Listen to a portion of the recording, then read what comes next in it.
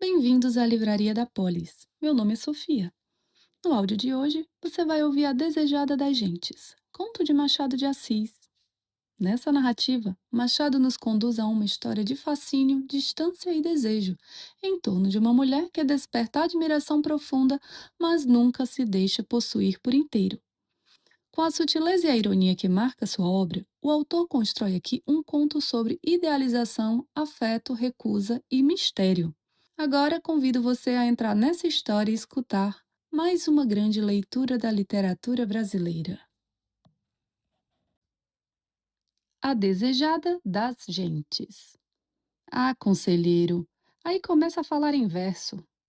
Todos os homens devem ter uma lira no coração. Ou não sejam homens. Que a lira ressoe a toda hora, nem por qualquer motivo, não digo eu, mas de longe em longe, e por algumas reminiscências particulares. Sabe por que é que ele parece poeta, apesar das ordenações do reino e dos cabelos grisalhos? É porque vamos por esta glória adiante, costeando aqui a Secretaria de Estrangeiros. Lá está o outeiro célebre. Adiante há uma casa. Vamos andando? Vamos. Divina quintilha. Todas essas caras que aí passam são outras, mas falam-me daquele tempo. Como se fossem as mesmas de outrora. É a lira que ressoa. E a imaginação faz o resto. Divina quintilha. Chamava-se Quintilha? Conheci de vista, quando andava na escola de medicina, uma linda moça com esse nome. Diziam que era a mais bela da cidade. Há de ser a mesma, porque tinha essa fama. Magra e alta? Isso. Que fim levou? Morreu em 1859, 20 de abril. Nunca me há de esquecer esse dia. Vou contar-lhe um caso interessante para mim e creio que também para o senhor. Olhe, a casa era aquela. Morava com um tio, chefe de esquadra reformado. Tinha outra casa no Cosme Velho. Quando conheci Quintilha, que idade pensa que teria quando a conheci? Se foi em 1855, em 1855. Devia ter 20 anos. Tinha 30. 30? 30 anos. Não se parecia, nem era nenhuma inimiga que lhe dava essa idade. Ela própria confessava. E até com afetação. Ao contrário, uma de suas amigas afirmava que Quintilha não passava dos 27. Mas como ambas tinham nascido no mesmo dia, dizia isso para diminuir-se a si própria. Mal, nada de ironias. Olhe que a ironia não faz boa cama à saudade. Que é a saudade senão uma ironia do tempo e da fortuna? Veja lá. Começo a ficar sentencioso. 30 anos. Mas, em verdade, não os parecia. Lembra-se bem que era magra e alta. Tinha os olhos, como eu então dizia, que pareciam cortados da capa da última noite. Mas, apesar de noturnos, sem mistérios nem abismos.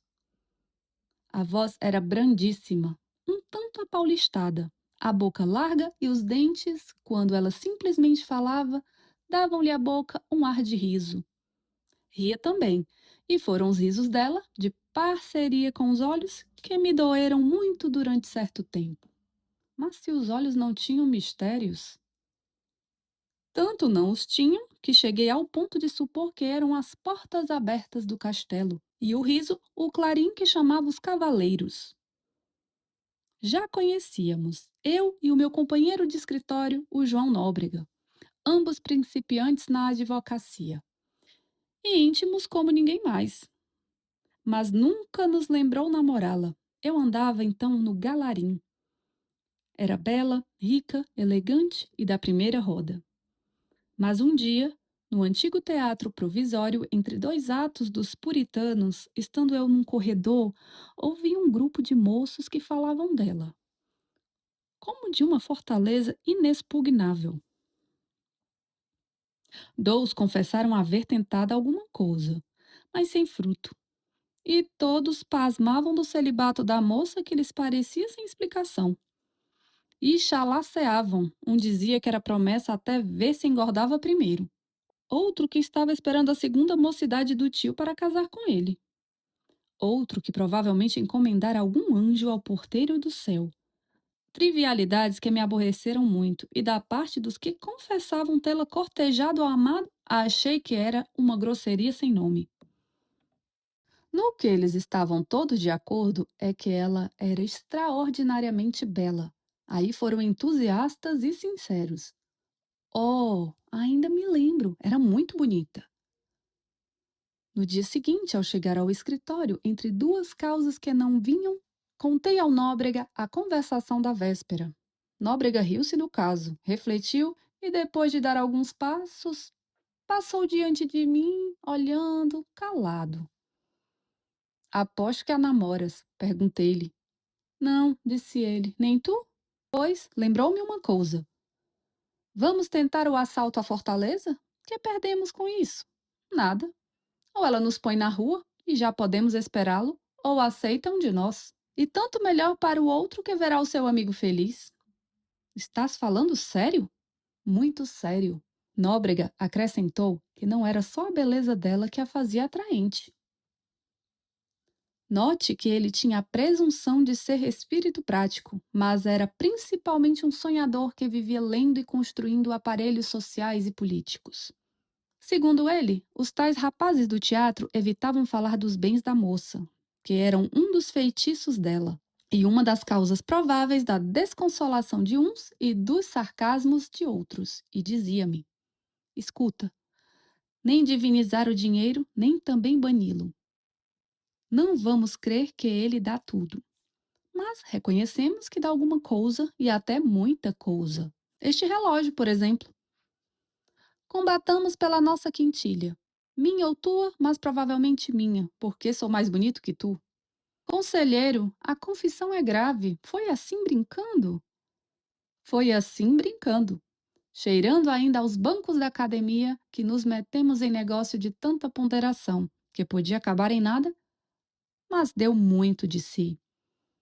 Era um começo estouvado, quase um passatempo de criança, sem a nota da sinceridade. Mas o homem põe e a espécie dispõe. Conhecíamo-la, posto que tivéssemos encontros frequentes. Uma vez que nos dispusemos a uma ação comum, entrou um elemento novo na nossa vida, e dentro de um mês estávamos brigados. Brigados? Ou quase. Não tínhamos contado com ela, que nos enfeitiçou a ambos violentamente. Em algumas semanas já pouco falávamos de quintilha, e com indiferença. Tratávamos de enganar um ao outro e de simular o que sentíamos. Foi assim que as nossas relações se dissolveram no fim de 6 meses, sem ódio, nem luta, nem demonstração externa. Porque ainda nos falávamos onde o acaso nos reunia. Mas já então tínhamos banca separada. Começa a ver uma pontinha do drama. Tragédia, diga tragédia, porque daí a pouco tempo, ou por desengano verbal que ela lhe desse, ou por desespero de vencer, Nóbrega deixou-me só em campo. Arranjou uma nomeação de juiz municipal lá para os sertões da Bahia, onde definhou e morreu antes de acabar o quatriênio. Juro-lhe que não foi o inculcado espírito prático de Nóbrega que o separou de mim. Ele, que tanto falara das vantagens do dinheiro, morreu apaixonado como um simples Werther. Menos a pistola. Também o veneno mata, e o amor de Quintilha podia dizer-se alguma coisa parecida com isso. Foi o que o matou. E o que ainda hoje me dói. Mas vejo pelo seu dito que estou aborrecendo. Pelo amor de Deus. Juro-lhe que não. Foi uma graçola que me escapou. Vamos adiante, conselheiro. Ficou só em campo. Quintilha não deixava ninguém estar só em campo. Não digo por ela, mas pelos outros. Muitos vinham ali tomar um cálice de esperanças e iam cear a outra parte. Ela não favorecia a um mais que o outro, mas era liana, graciosa e tinha essa espécie de olhos derramados que não foram feitos para homens ciumentos. Tive ciúmes amargos e, às vezes, terríveis. Todo argueiro me parecia um cavaleiro e todo cavaleiro um diabo. Afinal, acostumei-me a ver que eram passageiros de um dia. Outros me metiam mais medo.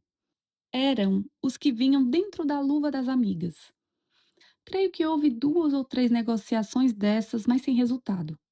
Quintilha declarou que nada faria sem consultar o tio e o tio aconselhou a recusa, coisa que ela sabia de antemão.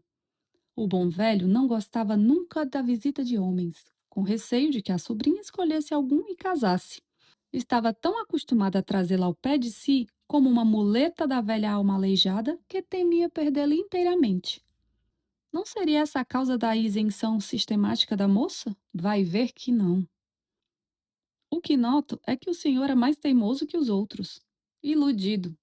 A princípio, porque, no meio de tantas candidaturas malogradas, Quintilha preferia-me a todos os outros homens. Conversava comigo mais largamente e mais intimamente. A tal ponto que chegou a correr que nos casávamos. Mas conversavam de quê? De tudo que ela não conversava com os outros. E era de fazer pasmar que uma pessoa tão amiga de bailes e passeios, de valsar e rir, fosse comigo tão severa e grave, tão diferente do que costumava ou parecia ser. A razão é clara. Achava a sua conversação menos insossa que a dos outros homens? Obrigado. Era mais profunda a causa da diferença, e a diferença ia se acentuando com os tempos. Quando a vida cá embaixo aborrecia muito, ia para o Cosme Velho, e ali as novas conversações eram mais frequentes e compridas. Não lhe posso dizer, nem o senhor compreenderia nada. O que foram as horas que ali passei, incorporando na minha vida toda a vida que jorrava dela. Muitas vezes quis dizer-lhe o que sentia, mas as palavras tinham medo e ficavam no coração. Escrevi cartas sobre cartas, todas me pareciam frias, difusas ou inchadas de estilo. Demais, ela não dava ensejo a nada. Tinha um ar de velha amiga. No princípio de 1857, adoeceu meu pai em Itaboraí.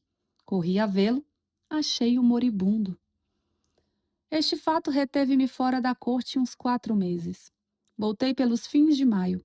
Quintilha recebeu-me triste da minha tristeza e vi claramente que o meu luto passara aos olhos dela. Mas que era isso senão amor? Assim o criei e dispus a minha vida para desposá-la. Nisto, adoeceu o tio gravemente. Quintilha não ficava só. Se ele morresse, porque além dos muitos parentes espalhados que tinha, morava com ela agora, na casa da rua do Catete, uma prima, Dona Ana, viúva. Mas é certo que a afeição principal ia-se embora e nessa transição da vida presente à vida ulterior, podia eu alcançar o que desejava. A moléstia do tio foi breve. Ajudada na velhice, levou em 2 semanas. Digo-lhe que é que a morte dele lembrou-me a de meu pai, e a dor que então senti foi quase a mesma. Quintilha viu-me padecer, compreendeu o duplo motivo e, segundo me disse depois, estimou a coincidência do golpe, uma vez que tínhamos de o receber sem falta e tão breve. A palavra pareceu-me um convite matrimonial. 2 meses depois, cuidei de pedi-la em casamento. Dona Ana ficara morando com ela e estavam no Cosme Velho. Fui ali, achei-as juntas no terraço que ficava perto da montanha. Eram 4 horas da tarde de um domingo. Dona Ana, que nos presumia namorados, deixou-nos campo livre. Enfim, no terraço, lugar solitário, e posso dizer agreste, proferi a primeira palavra. O meu plano era justamente precipitar tudo, com medo de que 5 minutos de conversa me tirassem as forças. Ainda assim, não sabe o que me custou. Custaria menos uma batalha. Juro-lhe que não nasci para guerras. Mas aquela mulher magrinha e delicada impunha-se-me como nenhuma outra, antes e depois. E então, Quintilha adivinhara pelo transtorno do meu rosto o que ia lhe pedir e deixou-me falar para preparar a resposta. A resposta foi interrogativa e negativa. Casar para quê? Era melhor que ficássemos amigos como dantes. Respondi-lhe que a amizade era em mim, desde muito, a simples sentinela do amor. Não podendo mais contê-lo, deixou que ele saísse. Quintilha sorriu da metáfora, o que me doeu, e sem razão.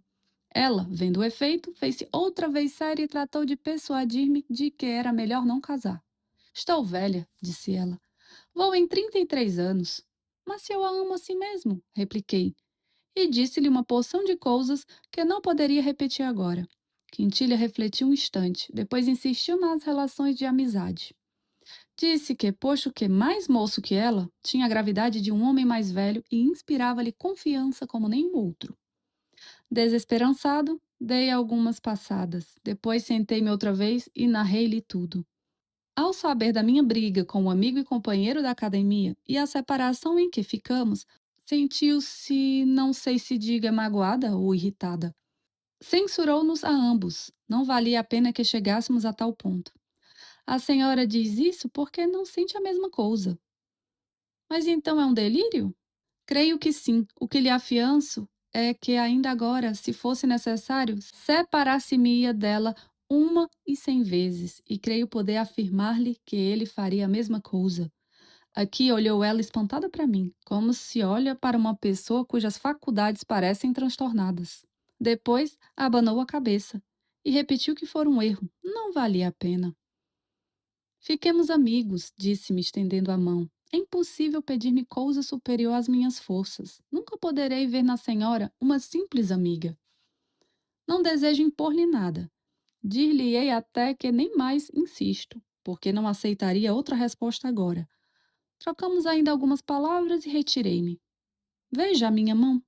Treme-lhe ainda. E não lhe contei tudo. Não lhe digo aqui os aborrecimentos que tive, nem a dor e o despeito que me ficaram. Estava arrependido, zangado. Devia ter provocado aquele desengano desde as primeiras semanas. Mas a culpa foi da esperança, que é uma planta daninha, que me comeu o lugar de outras plantas melhores. No fim de 5 dias, saí para Itaboraí, onde me chamaram alguns interesses do inventário de meu pai.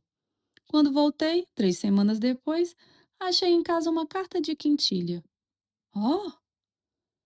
Abria alvoroçadamente, datava de 4 dias. Era longa, aludia aos últimos sucessos e dizia coisas meigas e graves. Quintilha afirmava ter esperado por mim todos os dias, não cuidando que eu levasse o egoísmo até não voltar lá mais. Por isso escrevia-me, pedindo que fizesse dos meus sentimentos pessoais e sem eco uma página de história acabada, que ficasse só o amigo e lá fosse ver a sua amiga. E concluí com estas singulares palavras: Quer uma garantia? Juro-lhe que não casarei nunca. Compreendi que um vínculo de simpatia moral nos ligava um ao outro, com a diferença que eu era em mim paixão específica, era nela uma simples eleição de caráter. Éramos dois sócios que entravam no comércio da vida com diferente capital. Eu, tudo o que possuía, ela quase um óbolo. Respondi à carta dela nesse sentido e declarei que era tal a minha obediência e o meu amor que cedia, mas de má vontade, porque depois do que se passara entre nós, ia sentir-me humilhado. Risquei a palavra ridículo, já escrita. Para poder ir vê-la sem este vexame, bastava o outro. Aposto que seguiu atrás da carta. É o que eu faria, porque essa moça, ou eu me engano, ou estava morta por casar com o senhor. Deixe a sua fisiologia usual. Este caso é particularíssimo. Deixe-me adivinhar o resto. O juramento era um anzal místico. Depois o senhor, que eu recebera, podia desobrigá-la dele, uma vez que aproveitasse com a absolvição. Mas, enfim, correu à casa dela. Não corri. Fui 2 dias depois. No intervalo, respondeu ela à minha carta com um bilhete carinhoso, que rematava com esta ideia. Não fale de humilhação, onde não houve público. Fui, voltei uma e mais vezes e restabeleceram-se as nossas relações. Não se falou em nada. Ao princípio custou-me muito parecer o que era dantes. Depois, o demônio da esperança veio pousar outra vez no meu coração. E, sem nada exprimir, cuidei que um dia tarde, ela viesse a casar comigo. E foi essa esperança que me retificou aos meus próprios olhos, na situação em que me achava. Os boatos de nosso casamento correram o mundo. Chegaram aos nossos ouvidos. Eu negava formalmente e sério. Ela dava de ombros e ria. Foi essa fase da nossa vida a mais serena para mim, salvo um incidente curto. Um diplomata austríaco ou não sei que, rapagão, elegante, ruivo, olhos grandes e atrativos, e fidalgo ainda por cima. Quintilha mostrou-se-lhe tão graciosa que ele cuidou-se aceito e tratou de ir adiante. Creio que algum gesto meu inconsciente ou então um pouco da percepção fina que o céu lhe dera, levou depressa o desengano à legação austríaca. Pouco depois ela adoeceu, e foi então que a nossa intimidade cresceu de vulto. Ela, enquanto se tratava, resolveu não sair. E isso mesmo lhe disseram os médicos. Lá passava eu muitas horas diariamente. Ou elas tocavam, ou jogávamos três, ou então lia-se alguma coisa. A maior parte das vezes conversávamos somente. Foi então que a estudei muito. Escutando as suas leituras, vi que os livros puramente amorosos achava-os incompreensíveis. E se as paixões aí eram violentas, largava-os com tédio. Não falava assim por ignorante, tinha notícia vaga das paixões e assistira a algumas alheias. De que moléstia padecia? Da espinha. Os médicos diziam que a moléstia não era talvez recente e ia tocando o ponto melindroso. Chegamos assim a 1859. Desde março deste ano, a moléstia agravou-se muito. Teve uma pequena parada, mas para os fins do mês chegou ao estado desesperador. Nunca vi depois criatura mais enérgica diante da iminente catástrofe. Estava então de uma magreza transparente, quase fluida. Ria, ou antes sorria apenas, e vendo que eu escondia as minhas lágrimas, apertava-me as mãos agradecida. Um dia, estando só com o médico, perguntei-lhe a verdade. Ele ia mentir. Ela disse-lhe que era inútil, que estava perdida. Perdida não, murmurou o médico. Jura que não estou perdida? Ele hesitou, ela agradeceu-lhe. Uma vez, certa que morria, ordenou o que lhe prometera a si mesma. Casou com o senhor, aposto. Não me relembre essa triste cerimônia. Ou antes, deixe-me relembrá-la, porque me traz algum alento do passado. Não aceitou recusas nem pedidos meus. Casou comigo à beira da morte. Foi no dia 18 de abril de 1859. Passei os últimos 2 dias, até 20 de abril, ao pé da minha noiva moribunda, e abracei-a pela primeira vez, feito cadáver. Tudo isto é bem esquisito. Não sei o que dirá sua fisiologia. A minha é que é de profano. Creio que aquela moça tinha ao casamento uma aversão puramente física. Casou meio defunta às portas do nada. Chama-lhe monstro, se quer, mas acrescente divino. Gazeta de Notícias, 15 de julho de 1886. Você ouviu A Desejada das Gentes, de Machado de Assis. Neste conto, Machado nos deixa diante de uma figura que parece existir justamente na distância. Quintilha é amada, desejada e cercada de expectativas, mas permanece inacessível, como se recusasse transformar o sentimento em vida comum. E quando o casamento enfim acontece, ele surge já à beira da morte como um gesto extremo, tardio e quase enigmático. Essa solução dá ao conto uma força muito particular. Mais uma vez, Machado mostra como o desejo humano pode ser feito não só de presença, mas também de ausência e imaginação. Se você gostou dessa leitura, inscreva-se no canal. Acompanhe a Livraria da Polis e até uma próxima leitura.